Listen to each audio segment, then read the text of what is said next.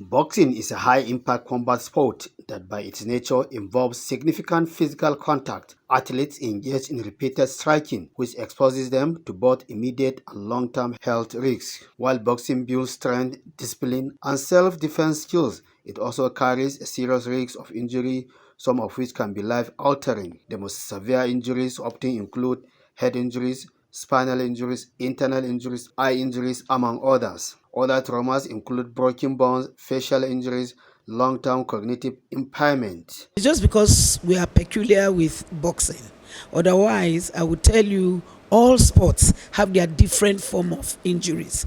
Like the basketball that I played in the past, if you watch me clearly when I'm walking, you will notice I'm dragging one of my legs because it's an old injury that was not taken care of properly. So I want to see these injuries that eventually kill these boxers as such. Well, if you look at sports and different sports, talking about boxing in particular, because it's a physical sport, and when they throw their punches, they throw to the body and they throw to the head, and most times, that is where the brain is.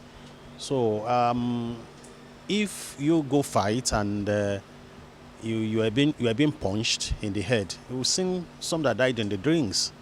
You understand? And they need proper care after the bout. The recent example is the Nigerian boxer Segun Olariwaju tragically died during a professional fight in Accra, Ghana in April 2024. The 27-year-old collapsed in the ninth round after receiving a heavy blow to the head. I made some inquiry after the death. I think there are some 1 or 2 complications. The day he was supposed to fight was not the day he fought. That any boxer that does not have the history of probably starting 1-2 boxing at age 18 should end up at most age 30. At most age 30. This our child that died in Ghana, he was 40. And some persons say that is official age, which means he was more than 40. What is he looking for in the ring? Muhammad Ali, one of boxing's most iconic figures, Ali developed Parkinson's disease later in life, a condition many experts believe was brought on by years of taking heavy blows to the head. His condition gradually worsened, affecting his speech, motor skills, and independence until his death in 2016. In 1995, Gerald McClellan suffered a life-changing brain injury during a bout with Nigel Benn. After collapsing mid-fight, he was left with severe neurological damage. He is now blind, partially deaf, and requires full-time care. These cases illustrate the devastating and permanent effects that boxing-related injuries can have even on elite athletes.